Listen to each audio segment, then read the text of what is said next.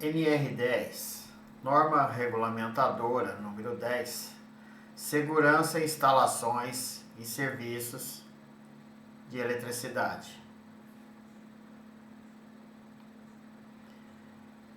Objetivo e campo de aplicação da NR10. Todo trabalho em eletricidade deve ser executado com a utilização de procedimentos específicos de segurança e um programa de treinamento em conformidade com a política de segurança do trabalho das empresas. A NR10 estabelece os critérios de segurança para todos os que trabalham com energia elétrica nas diversas fases: geração, transmissão, distribuição e consumo. Desde a geração, aqui no caso uma hidroelétrica, transformando a energia da água, energia mecânica em energia elétrica. Geração, transmissão, distribuição e consumo. A NR10 trata dos serviços de segurança dessas instalações elétricas. Riscos em serviços de instalações elétricas: choque elétrico e arco elétrico. O choque elétrico é um estímulo acidental do sistema nervoso provocado pela passagem de uma corrente elétrica circulando no corpo da pessoa, que se torna parte do circuito elétrico. O corpo humano é uma resistência, uma tensão, uma diferença de potencial, e essa corrente que atravessa o corpo humano, dependendo da sua intensidade, vence a gravidade. E a gravidade do choque, dependendo da intensidade que circula esta corrente no corpo. 30 mA já é o risco de asfixia e morte pelo choque elétrico. Aqui nós temos uma figura demonstrando aqui de 1 mA a 1 A. 1 mA, sensação de choque leve. 5 mA pode dar um tropeço. 20 mA, contrações musculares. 30 mA, possível asfixia, já podendo até gerar morte. Mais 100 mA, coração para de bater. 300, parada respiratória. 900, queimadura grave, 1 A, acende uma lâmpada. Isso é o choque elétrico. A gravidade do choque elétrico. Queimaduras por arco voltaico. O arco constitui outro risco de origem elétrica. O arco elétrico ele caracteriza-se pelo fluxo da corrente elétrica de um meio isolante, como o ar. Geralmente é produzido quando liga, desliga um dispositivo de seccionamento elétrico, ou também no caso de curto-circuito. O arco elétrico ele produz calor, pode exceder a tolerância da pele e causar queimaduras de segundo e terceiro grau. O arco elétrico possui energia suficiente para queimar roupa, provocar incêndio, emitindo vapores do material ionizado e raios ultravioletas. Consequências: queimaduras por contato, queimadura por arco voltaico, queimaduras por radiação ou arcos de curto-circuito, queimaduras de vapor metálico, indução de campos eletromagnéticos. Aqui na figura, nós estamos demonstrando uma reação de um campo elétrico, de um arco elétrico, a produção de vapores sólidos do cobre, uma luz intensa, uma rápida expansão de ar quente de alta temperatura, os fragmentos, onda sonora, ondas de pressão, deslocamento de ar e o metal fundido do próprio cobre. Isso é dois danos, dois riscos muito grandes da energia elétrica causada no ambiente e para o corpo humano. Medidas de controle. Medidas de controle, elas devem ser aplicadas depois de verificado se o ambiente de trabalho, através de uma análise de risco, devendo-se aí adotar medidas preventivas de controle do risco elétrico e de outros riscos adicionais, na forma de garantir a saúde e a segurança do trabalho. O PI, Prontuário das Instalações Elétricas. Aqui nós temos o PI, ele é constituído do relatório técnico das inspeções que são feitas periódicas, as inspeções com a documentação do SPDA, os laudos feitos anualmente ou bianualmente, os laudos das instalações elétricas, os certificados de teste de isolação, o diagrama unifilar que tem que estar ali no PI, as especificações dos EPIs, dos EPCs e das vestimentas, o cronograma de manutenção periódica, né, durante o ano. E no caso de CEP, trabalho com alta tensão, o plano de resgate de emergência e os certificados de áreas classificadas.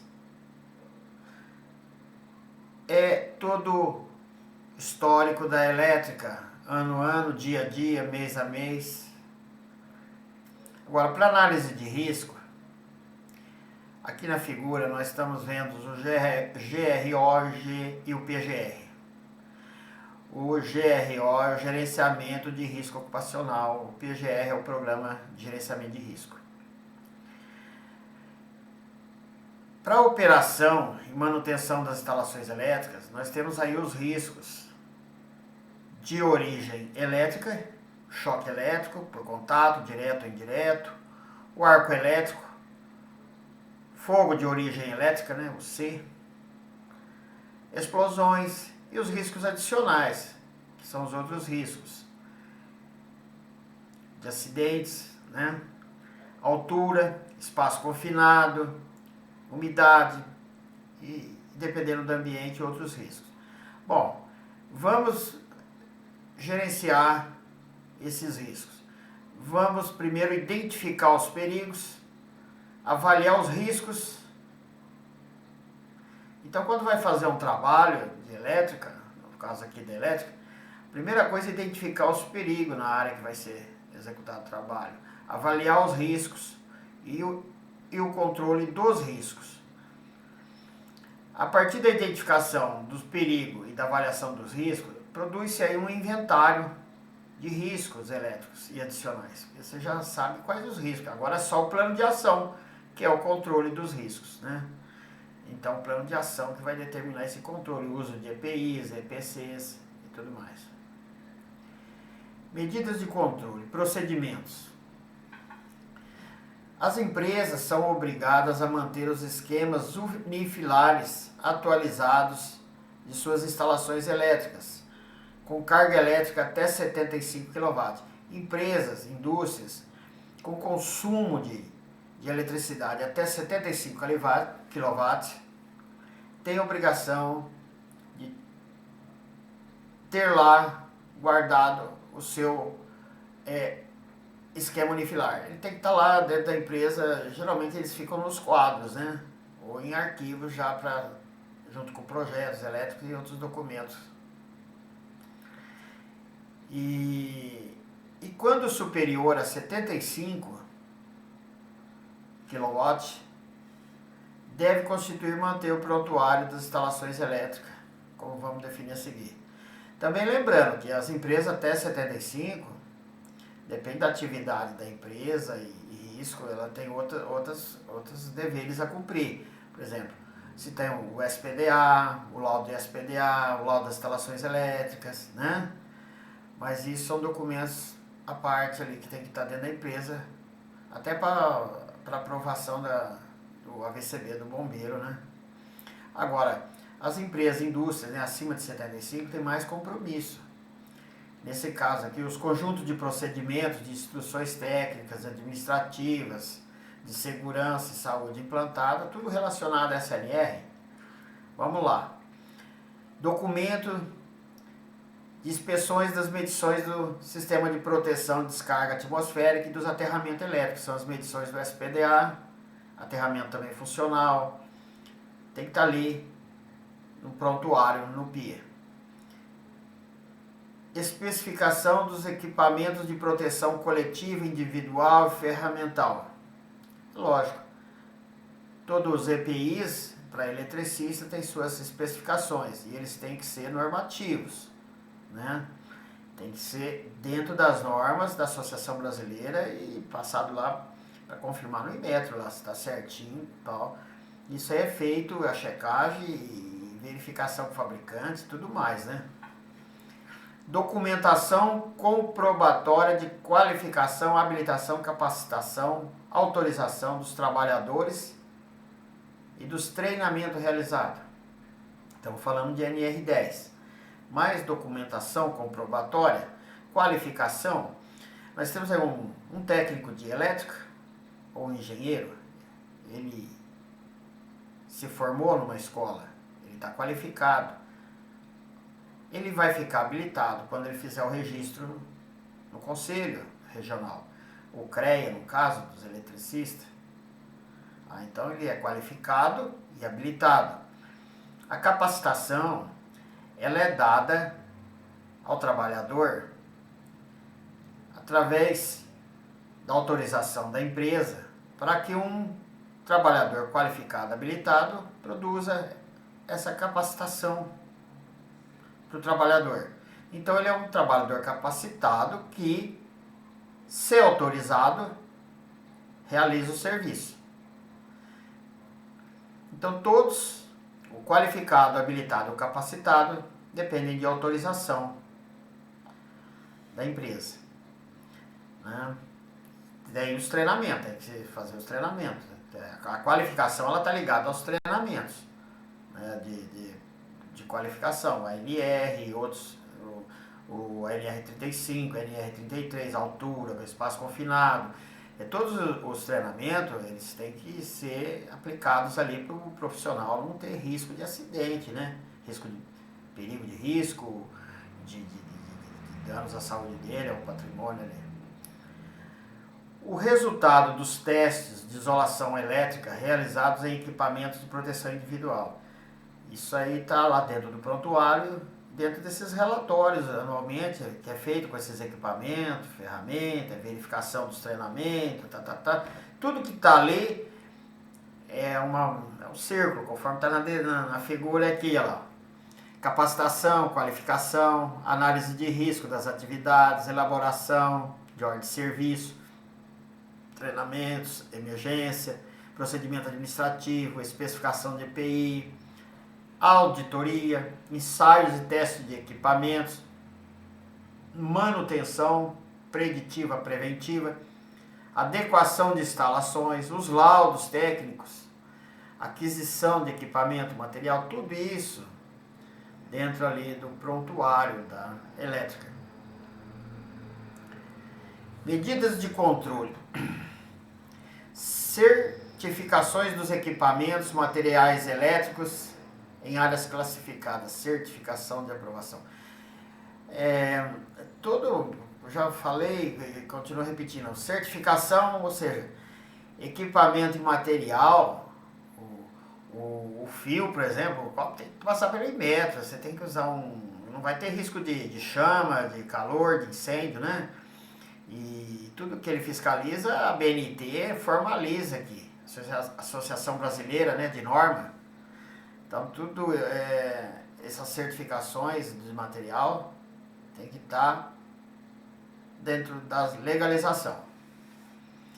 Relatório técnico, né?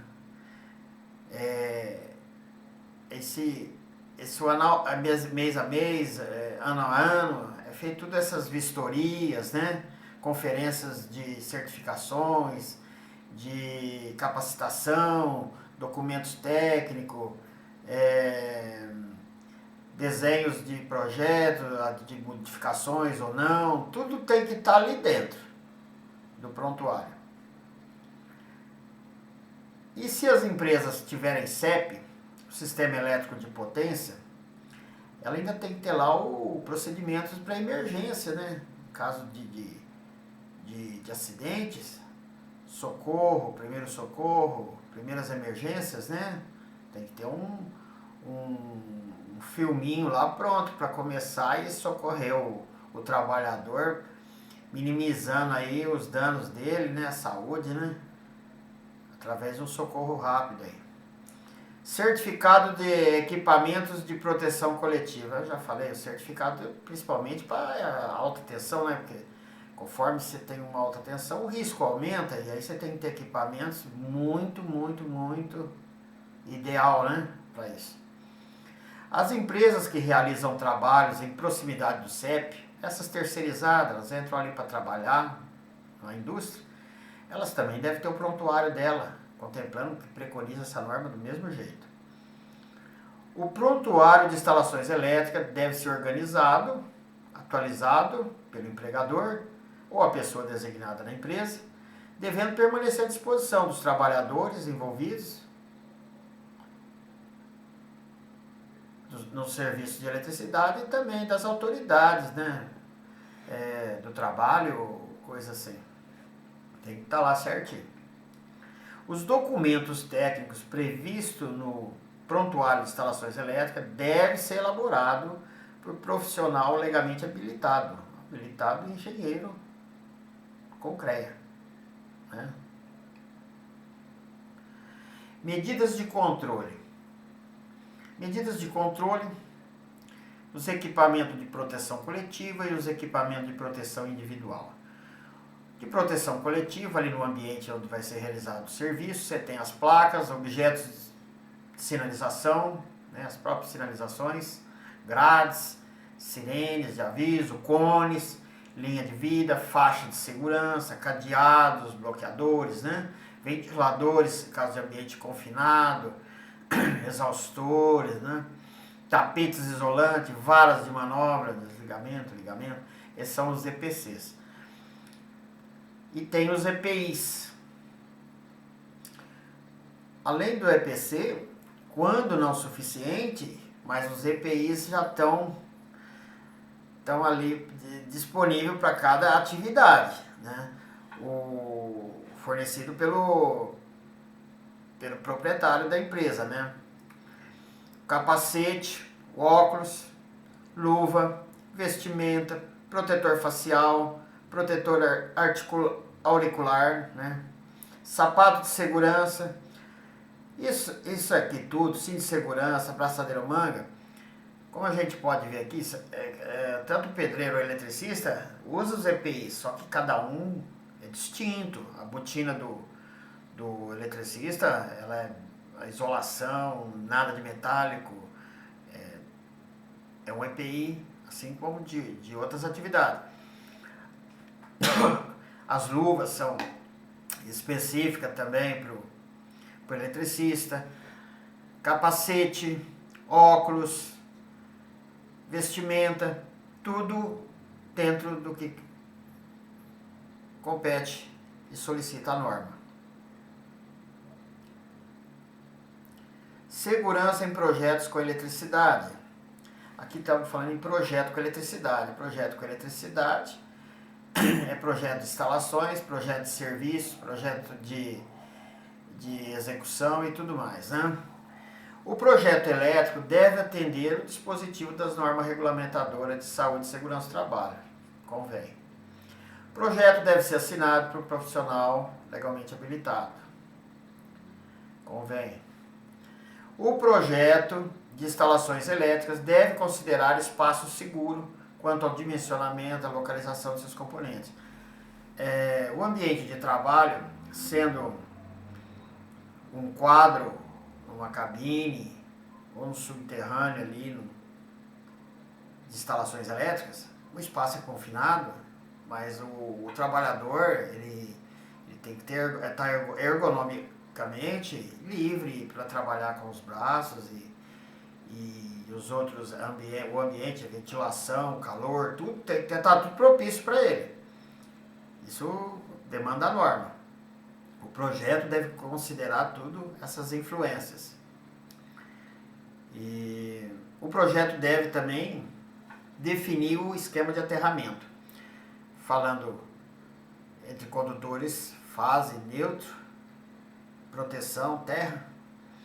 o sistema de condução, de aterramento funcional, né, que vai definir o TNC, TNSC, TT, com neutro ou sem neutro aterrado, e aí sim os aterramentos de massa, né, das máquinas, motores, para ter proteção do trabalhador, não tomar sem querer um choque numa carcaça do motor, de uma cabine ou coisa assim.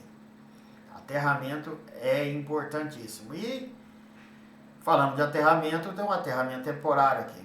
Prever os recursos material humano para desenergização. Aterramento temporário, ele está no processo de desenergização, é um item de segurança, que vamos ver daqui a pouquinho. Todo projeto elétrico deve prever a instalação de dispositivo de seccionamento, de ação que permita a aplicação de impedimento.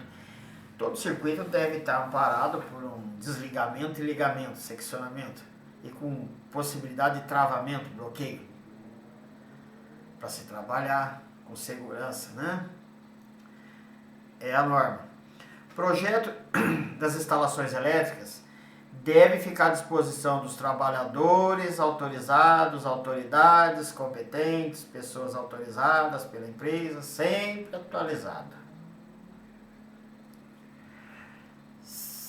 Continuação, segurança em projetos. Os projetos devem assegurar que as instalações proporcionem aos trabalhadores iluminação adequada e uma posição de trabalho segura também. É a ergonomia, né? O espaço tem que estar com as mãos dele, que é onde ele trabalha ali, facilidade dos movimentos. Ele tem que estar fisicamente, psicologicamente bem, e o corpo dele tem que estar ali com os espaços certinho para ele trabalhar e desenvolver o trabalho dele. Memorial descritivo do projeto deve conter no mínimo os seguintes itens de segurança. O memorial descritivo do projeto é o andamento do projeto, descrição do andamento do projeto, é o próprio projeto. Especificação das características relativas à proteção contra choque, queimadura e risco. É lógico, você produz um projeto, o quadro elétrico, a montagem, o desenvolvimento dali é sem risco para quem for trabalhar, manusear e utilizar tanta rede. O projetista ele deve se preocupar com a segurança do ambiente e das pessoas que estão ao redor, né? Principalmente os que trabalham com eletricidade. Indicação de posição do dispositivo de manobra, liga, desliga, né? E geralmente a pessoa chega ali na manobra e já vê L ligado, vermelho, verde desligado, ele já sabe como está, né? Sem ler ele já sabe. Então está ali sinalizado também, escrito e sinalizado.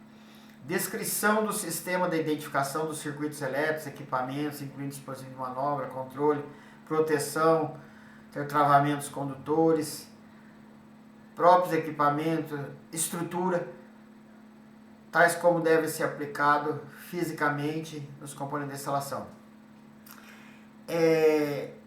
Todo circuito elétrico, desde o quadro até a carga, ou desde a chegada da eletricidade, os componentes que estão sendo aplicados ali, eles têm que ser identificados. Todos, disjuntores, cabos, caixas, tudo que tiver, as próprias cargas, os motores, você tem que ter identificação, né? Tudo. Precauções aplicáveis em face de influências externas.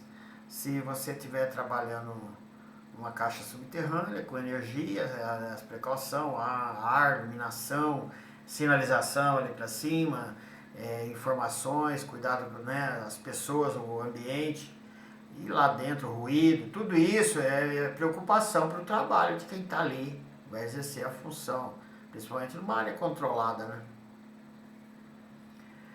O princípio funcional dos dispositivos de proteção constantes do projeto destinado à segurança das pessoas, restrito a proteger circuito e equipamento. Descrição da compatibilidade dos dispositivos de proteção com a instalação elétrica. Essa é um projeto dimensionado. Então, a compatibilidade dos dispositivos com a instalação tem que estar lá. Proteção para uma carga é o disjuntor, o cabo de dimensionamento e tudo ali, tudo dentro do sem risco e do funcionamento correto.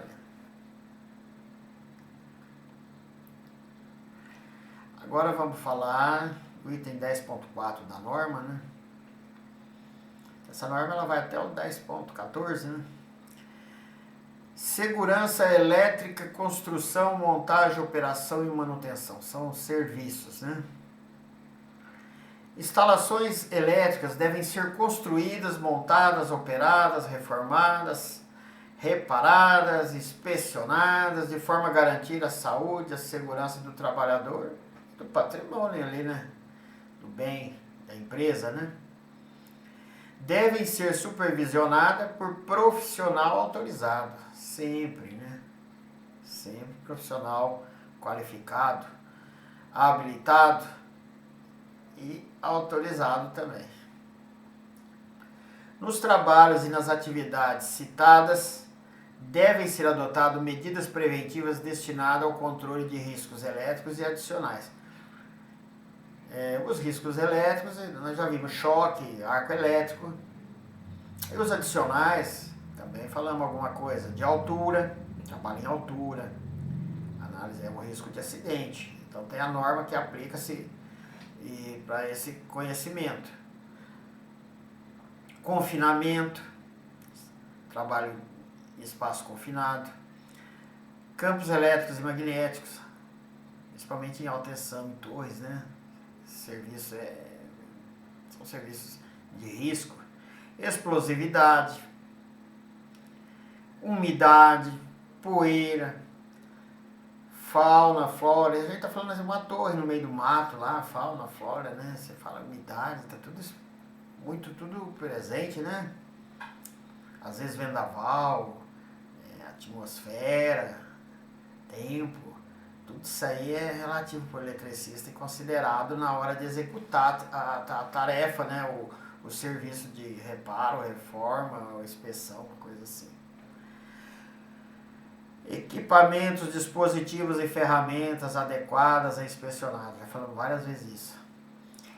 Quanto à isolação certificada, principalmente e sempre, né? Tensões maiores e tal, mas sempre. Os sistemas de proteção inspecionado, controlado periodicamente. Já falei do cronograma, né, de manutenção, de inspeção, são os laudos de elétrica, os laudos de para-raio, tudo que se refere à periodicidade e manutenção da qualidade dos circuitos, da qualidade dos equipamentos, tem que estar sempre vistoriado e feita a manutenção. Os locais de serviços elétricos, os compartimentos, invólucros, né, os quadros, né, vamos ali, as cabines, os quadros, não pode ser utilizado para guardar marmita, nem lanche, nem guaraná, né? Todos da empresa devem ser informados, é só para equipamentos elétricos o quadro. Segurança elétrica, construção, montagem, continuação. Para as atividades de instalações elétricas, deve ser garantida ao trabalhador iluminação adequada, posição de trabalho segura, de forma a permitir que os membros fiquem livres. Como eu falei, isso aqui é a NR17, a ergonomia, que é o corpo humano ali, olha lá, conforto, mobiliário versus cognitivo, homem-máquina, né? A relação homem e as instalações, o bem-estar. Ele tem que trabalhar com a psicologia dele tranquilo, o corpo livre ali e tal. Não como aqui o rapaz, olha, ele tem iluminação, mas tá forçando o braço lá para poder desligar, ligar, apertar algum parafuso, coisa assim. Segurança e instalações elétricas a serem desenergizadas. Vamos ter que fazer um serviço, então tem que desenergizar. Quais os procedimentos? Vamos lá. Somente serão consideradas desenergizadas as instalações elétricas liberadas para trabalho mediante procedimentos apropriados, obedecida a sequência abaixo. Uma ordem de serviço, o pessoal definido que vai fazer o serviço. Então vai começar a operação serviço de manutenção. Um exemplo. Primeiro, seccionamento. Desliga. Impedimento de regionização. Bloqueio. Constatação de ausência de tensão. Medição. Equipamento para isso. Baixa, média, alta tensão. Média, não tem tensão. Ah, sim. Então, aterramento temporário. Vamos pegar as fases, os neutros, vamos aterrar tudo no chão. Não vai ficar carcaça, o que tiver ali para aterrar, terra. Que é que potencialização dos condutores, né? Você joga tudo no mesmo potencial de terra. Proteção dos elementos energizados existentes na zona controlada. Às vezes tem algo ali do lado que está energizado, você põe uma barreira isolante, mantém isolado.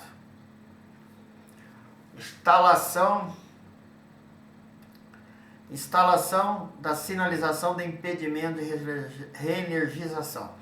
Aí você vai lá, plaquinha, não opere, manutenção, responsável, João Antônio, né? Serviços em execução, tal, tá tudo avisado, bloqueado. A instalação desenergizada, ela deve ser mantida assim até uma nova autorização que o responsável venha e vamos reenergizar e fazer os procedimentos. Os procedimentos é a reenergização. A energização, ou reenergização, será feita por pessoal habilitado e autorizado. A pessoa, o grupo da equipe de trabalho, sempre o responsável tem que ser o habilitado e autorizado. As instalações devem ser reenergizadas, respeitando a sequência de procedimentos abaixo. Retiradas de ferramentas e utensílios, equipamentos do local. Retirada da zona controlada de todos os trabalhadores que estiver nessa zona controlada definida, não é envolvido no processo de reenergização. Remoção do aterramento temporário.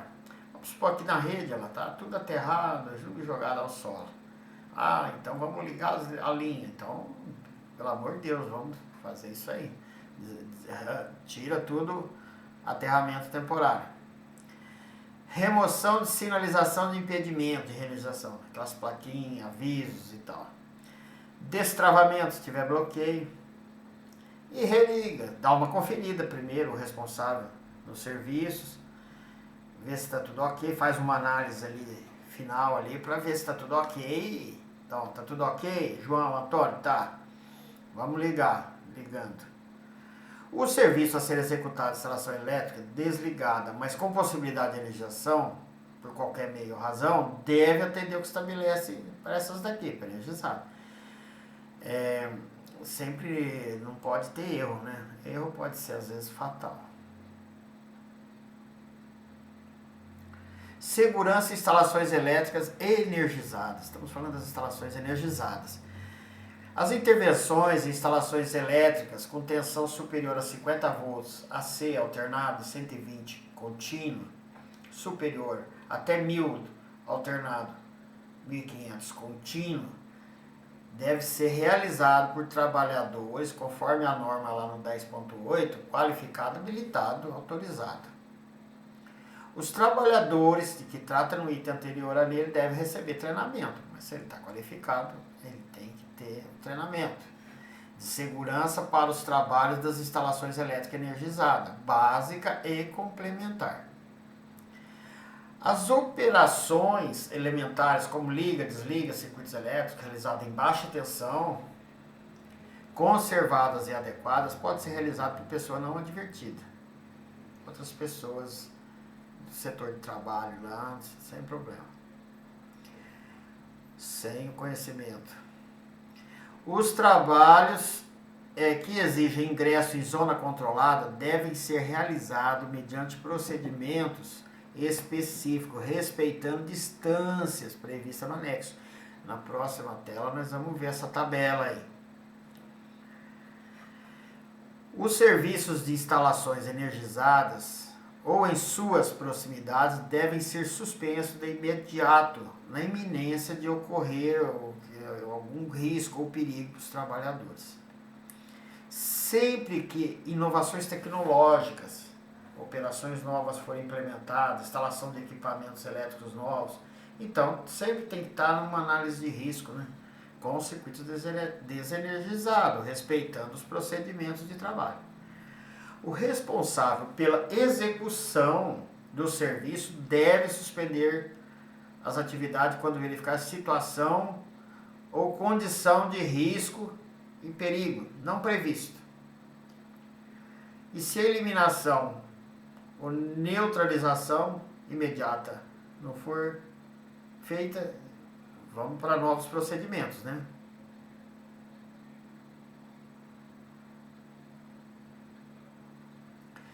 Segurança em instalações elétricas energizadas. Aqui é o local, né, de serviço, a zona controlada.